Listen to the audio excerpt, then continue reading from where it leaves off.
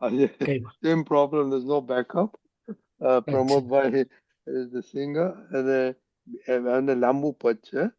So okay. you'll have to bear like last time. કઈ વાત. Yeah. Okay. જય સચિદાનંદ પ્રમોદભાઈ. જય સચ્ચિદાનંદ. ઓકે પ્રમોદભાઈ, આ ફર્સ્ટ પેજ જ રાખી શકું એમ છે. સેકન્ડ હા પેજ થોડું નાનું કરીને ફર્સ્ટ આખું પેજ મૂકેલું છે. હા. તમને સાંભળેલું છે પદ? ના ના. Okay, that's okay. ઓકે, અમે પ્રમોદભાઈ એ હા સાથે મેમરી બહુ શાર્પ છે. He'll pick up okay. the second page. હા હા. ચાલો, જય સચ્ચિદાનંદ. જય સચ્ચિદાનંદ. સર્વેને જય સચ્ચિદાનંદ.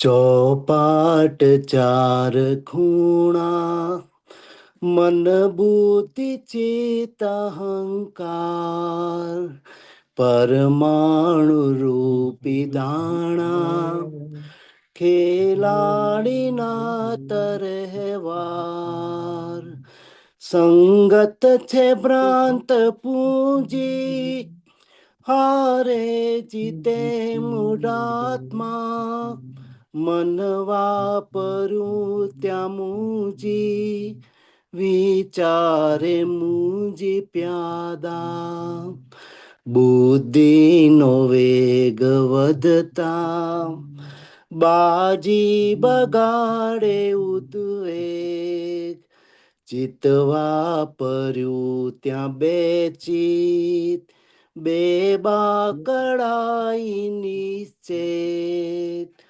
વપરાય જ્યાં અહંકાર અકડાઈ ઊભી ખેંચે પોતે પ્રતિષ્ઠી બાજી જુગટામાં જાત વેચે અંતસ્કરણનું જુગટું ચોપાટ ખેલબાજી દ્વંદ્વો નિહાર જીતું કારણનું કાર્ય થાતું પોતાની માન્યતાથી ઊંધા પડે જો દાણા ત્યાં દ્વેષ કાઢે ગાડું બાજે અહમ ફૂફાડા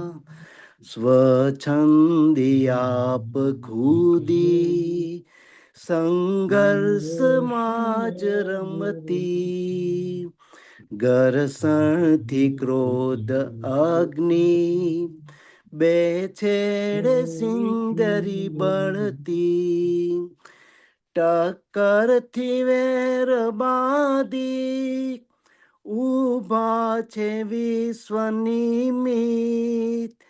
વિભંગી મોહવેરી વિરલા છૂટ્યા છે ક્વચિત દુર્લભ છે આ જગતમાં વૈરાગ્ય જ્ઞાન ગર્ભિત ત્યાં મોક્ષદાની મળતા સીધી જ મોક્ષ પરમિત અંતસ્કરણ છે રૂપલું દેખાડે જ્ઞાન દ્રષ્ટિ રૂપક નિકાલી સપનું નિશ્ચય સ્વભાવે અસ્તિ મનગત રસો જરંતા જવું જવું જાણી જાગૃતિથી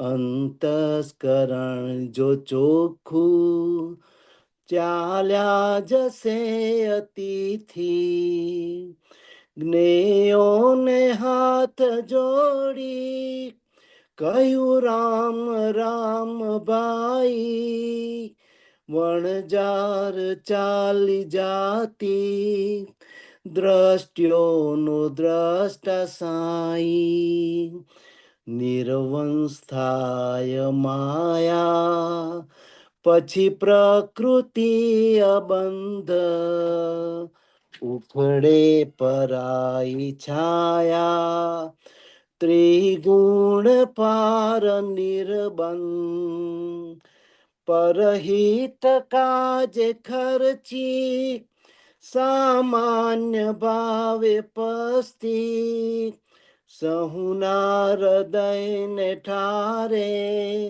શુદ્ધ જ્ઞાન જ્ઞાન મસ્તી કોઈ જગત અવસ્થે નહીં આંતરિક સાદી પછી ખેલ સૂત અભાવે મરજી મુજબની બાજી જ્ઞાની મળ્યા વગરની સહુ આલ ફેલ રમતું રૂપક પ્રકૃતિ જાણી દુર્ભાગ જ્યાલ પસણું ગાફેલ રહેતા ફટકા પરચા બતાવે કુદરત હારે જીતે ન મલકા છ તત્વનું જો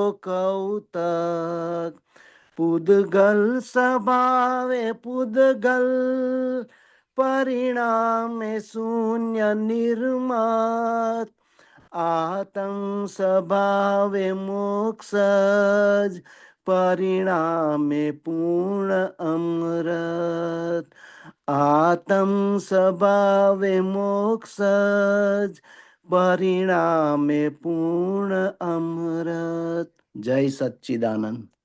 જય સચ્ચિદાનંદ. બોલો પ્રમોદભાઈ. આ પદમાં જે પેલી જુગટુની ચોપાટની રમત છે એનું એક્ઝામ્પલ આપીને કવિરાજે બધું વર્ણન કર્યું છે, પણ તમે આખું પદ સમજાવો શોર્ટમાં. જો તમને મને અનુકૂળ. અહીંયા હા એક પેજ દેખાય છે, હા એ લીટીએ લીટી સમજાવું, બાકીનું પેજ દેખાતું નથી, એની સારાંશ કહી દઈશું. હા હા એટલે અંતસ્કરણ, બહિર્કરણ, રિલેટિવમાં બહિર્કરણ અને અંતસ્કરણ. હમ એટલે સૌથી મુખ્ય વસ્તુ જો હોય તો આ અંતસ્કરણ જ છે. હમ એટલે આપણને કોણ ચલાવે છે, એટલે હમ વ્યવસ્થિત હમણાં બાજુ રાખીએ તો કે આ શરીર એટલે કે બહિર્કરણને ચલાવનારું અંતસ્કરણ છે. એટલે અજ્ઞાની હોય કે જ્ઞાની હોય, હમ અંતસ્કરણનું બહુ મોટું વિજ્ઞાન અને મહત્વ છે.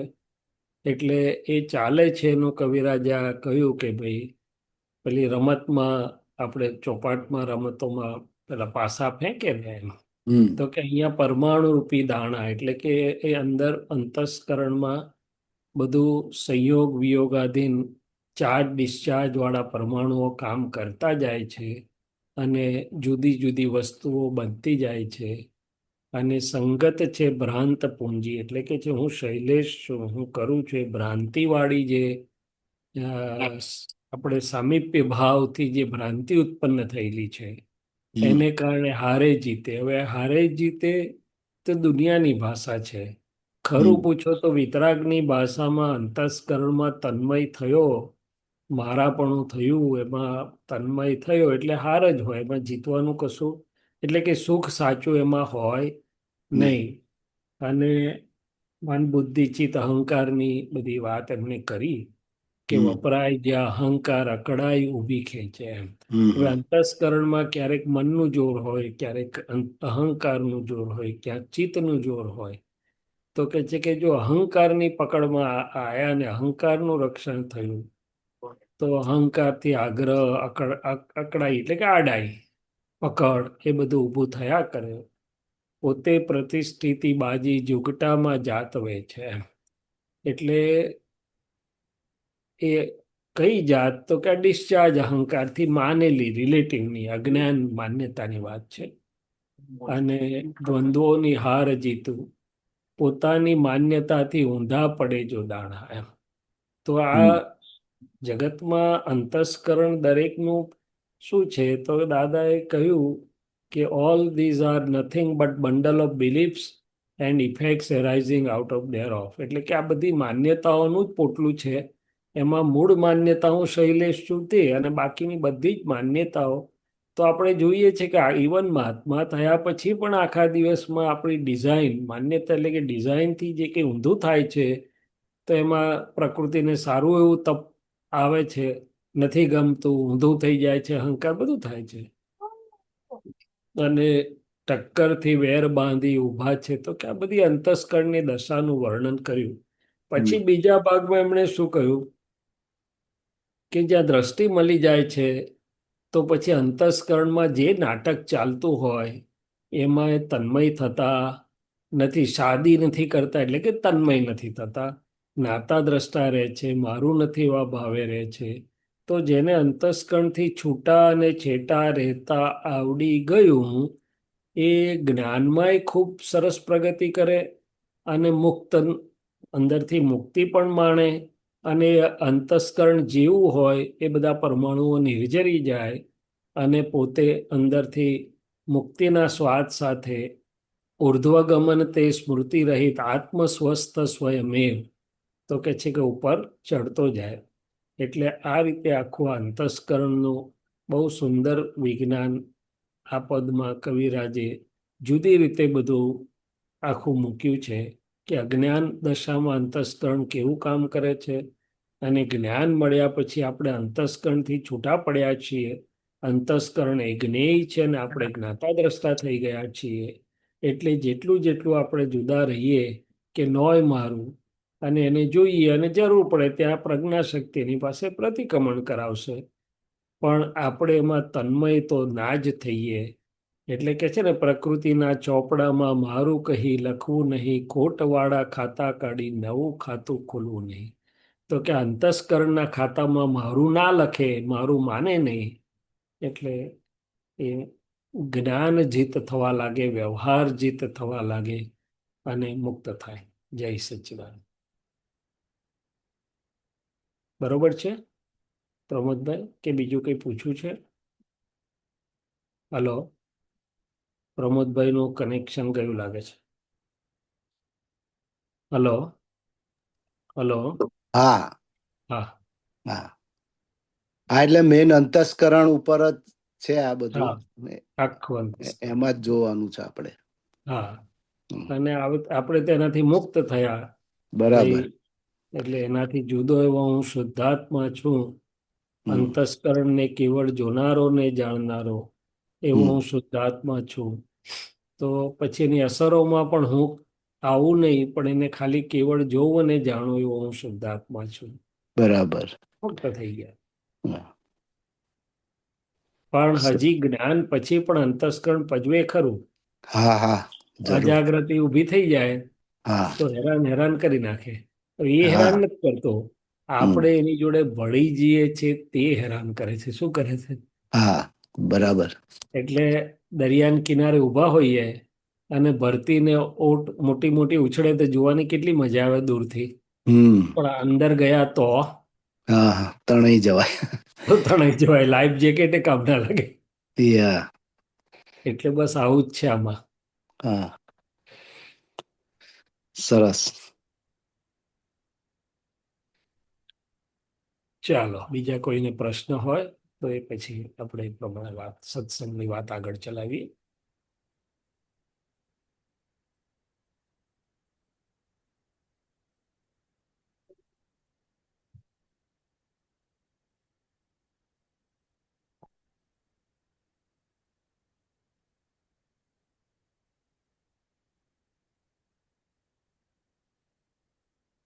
જય સચ્ચિદાનંદ.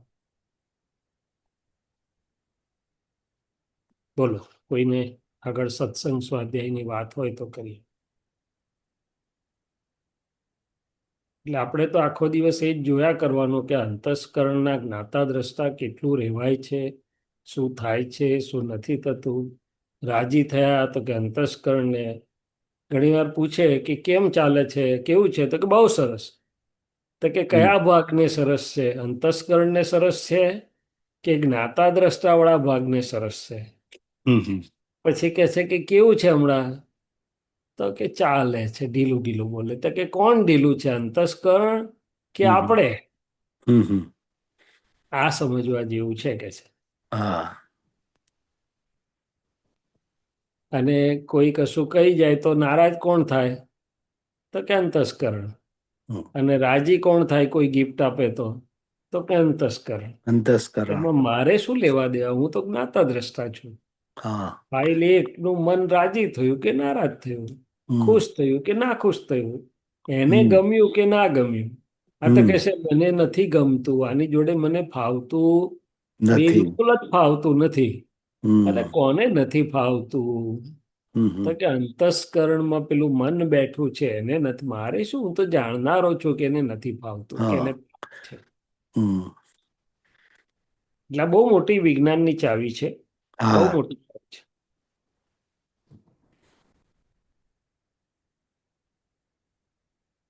ચાલો અમીબેન, બીજા કોણ છે? આરતીબેન તો બોલતા પૂછે નહીં, બોલે નહીં, મૌન જય સાધન. સચ્ચિદાનંદ શૈલેષ આનંદજી. હા બોલો. અત્યારે આપણે અંતસ્કરણમાં વાત કરી ને, મનની જે દાદા કહે છે કે મનને આજના જ અક્રમ વિજ્ઞાનમાં આવ્યું છે આ વખતનું, તમારે ધ્યેય પહોંચવાની ઈચ્છા ખરી? ધ્યેય પહોંચવું હોય તો ફેરફાર કરજો બધું, તો ધ્યેય પહોંચાશે, નહીં તો નહીં પહોંચાય.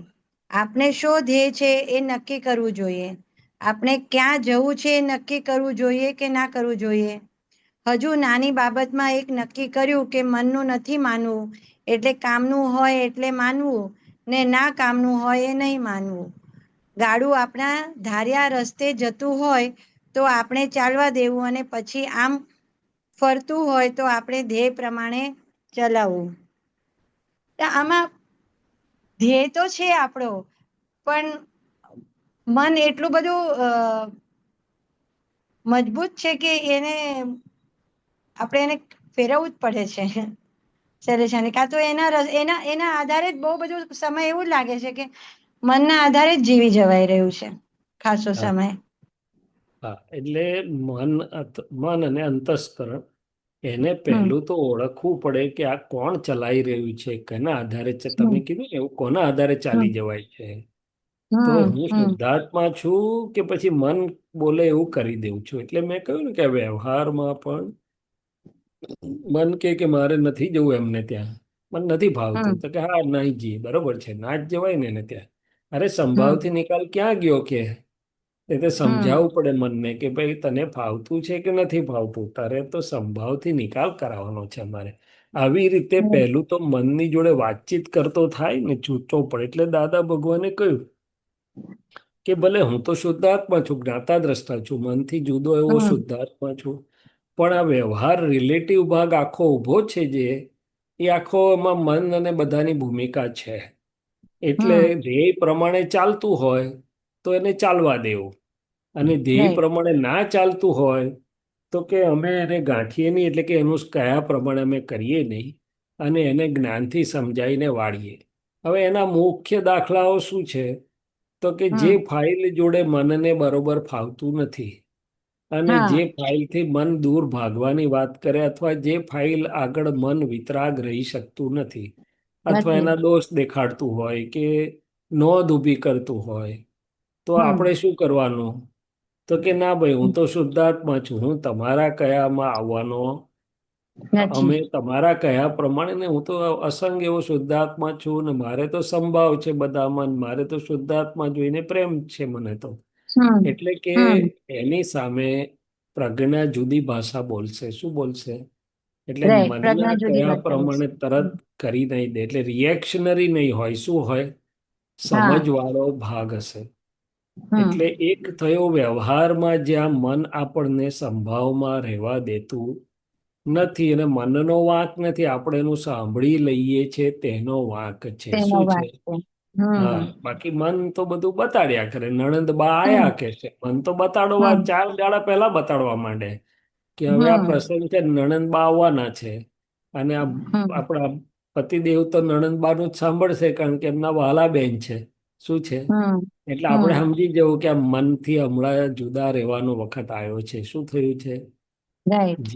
જે અંદર ચડ વિચળ કરાવે એ મનનો હમ સાથ કેવી રીતે આપણે છૂટા પડીએ તે વખતે આમ એવી રીતે હમ જુદી જુદી જગ્યાએ મન આપણને અથવા તો જે સ્વભાવ છે ટેવો બીજું મન હમ શું કરાવડાવે છે તો કે હવે આટલો બધો સત્સંગ તો કર્યો આખો વખત વિધિ કેટલીક કરવાની આખો વખત હમ કેટલું બધું એક જ કામ કર્યા કરવાનું હવે કંઈક ચેન્જ તો જુએ ને એટલે કે મન હમ નિત નવું શોધે છે માનવનું મનડું ઠરી રાઈટ ઠામ થાય નહીં ને બેસે નહીં સખણું લખણો મનનો સ્વભાવ છે વિભાવોમાં બેસણું હમ વાંચવાને બદલે આત્મા આરોપી દે સ્વપણું એટલે આ હમ બધી વસ્તુ આપણે જોવા માંડીએ તો આપણને ખ્યાલ આવે કે આ મનની બાબતમાં કેટલું બધું જાણવા સમજવા અને પછી જાણીએ સમજીએ ત્યારે જુદા રહેવાય નહીં તો રહેવાય નહીં નહીં એટલે મન આપણને આવું બધું પ્રમાદ કરાવે બીજી બાજુ લઈ જાય નવરા પડી એટલે મોબાઈલ ખોલીને બેસાવડાવે ને કઈ નું કઈ ધમાલ હમ કરાવડાવે મન બધું જલેબીની જેમ ચકેડાઓ કર્યા કરતું હોય પણ આપણે હમ મનનું સાંભળી લેવાય છે એના પ્રમાણે ચલાઈ જવાય છે તે મુખ્ય વાંધો છે બીજો હમ વાંધો નથી એવી જ વાંધો રીતે નથી મનની અમુક ગાંઠો હોય અટકળિયું હમ ઘોડું દાદાએ કહ્યું ને ત્યાંથી હમ મન જલ્દી ખસે નહીં તો નહીં આપણે હા જાણો કે તો ઊભું રે ભાઈ શાંતિથી અમે તો હવે બીજું કામ કરીશું હમણાં પૂટ ફેરવી નાખીએ અમે હમ કે તારા બાજુ હમ જોવા નવરા નથી એટલે હમ મન પછી થોડા વખત પછી છૂટું થઈ જાય ત્યાંથી જતું રહે છૂટું છે હમ તો આ રીતે આ બધું ઘણું બધું છે ફાઇલ હમ એક એટલે કે અંતસ્કર ફાઇલ એક એટલે મુખ્યત્વે અંતસ્કરણ છે મન બુદ્ધિ ચિત્ત અહંકાર રાઈટ એટલે દાદાજી કહે છે કે ધ્યેય પ્રમાણે હોય તો બરોબર છે ધ્યેય પ્રમાણે ના હોય તો એને ફેરવવું પડે એમ શું કરવું ફેરવવું પડે પડે હમ અને દાદાશ્રી પાછું એટલું સરસ કહે છે કે મનનો શું વાંક છે એમ કે એ તો બિચારો અ, એના સ્વભાવમાં છે હા બરોબર એમ કે છે કે બધા મનનો એ તો એના હા સ્વભાવમાં છે એ એમ કે અમને પણ બતાડે કે હમણાં જશો તો આવું થઈ જશે તમારી સાથે હમ તો કે હમ કાંઈ વાંધો નહીં એટલે જયારે સાંભળી ત્યારે એમ થાય કે એટલું સરસ રીતે હેન્ડલ કરી શકીએ છીએ મનને એટલે જ કહું છું કે મનનો વાંક હમ નથી આપણે મનમાં ભરવાઈ જઈએ છે તન્મય હમ થઈ જઈએ છે એના હમ પ્રમાણે ચાલવાની આપણને ટેવ પડી છે ટેવ પડી છે એ હમ વસ્તુનો વાંક બાકી મનનો તો વાંધો છે જ નહીં હમ એટલે ઘણી વાર રાત્રે બેસીએ ને તો એમ થાય કે હવે સિદ્ધ સ્તુતિ થોડીક વાર બોલીએ 10-15 મિનિટ તો હજી તો ચાલુ કરીને ત્યાં તો મન કે ચલો હવે ઊંઘ આવે કાલે સવારે બોલશું એમ મને હું બધું કેટલા દિવસથી ટ્રાય કરું છું કે સિદ્ધ સ્તુતિ માટે સમય કાઢું પણ આ પ્રમાદ છે કે અજાગૃતિ છે કે મનનું સાંભળી લઉં છું એ મને સમજ નથી પડતી મનનું સાંભળી હમ લેવું એ જ સૌથી મોટી વાત છે હમ ઓલું એમ કે જરૂરી થોડી છે કે ભાઈ 11 વાગ્યા એટલે સુઈ જ જવાનું પરાણે અને દાદા શ્રી કાલે છે ને વાણી સાંભળતી હતી ને તો એક વસ્તુ એમને કેટલી વાર રિપીટ કરી કે તમને લોકોને કંટાળો નથી આવતો એમ કે અમને તો બહુ કંટાળો આવતો કે એકને એક ઓળીમાં સૂઈતા રહેવાનું એકને એક તકિયો એકને એક ગાડલું એકને એક તો મેં કીધું દાદા આવું તો અમને કેમ નથી થતું દાદા કે અમને તો બહુ કંટાળો આવ્યો છે એમ કે આમાં હમ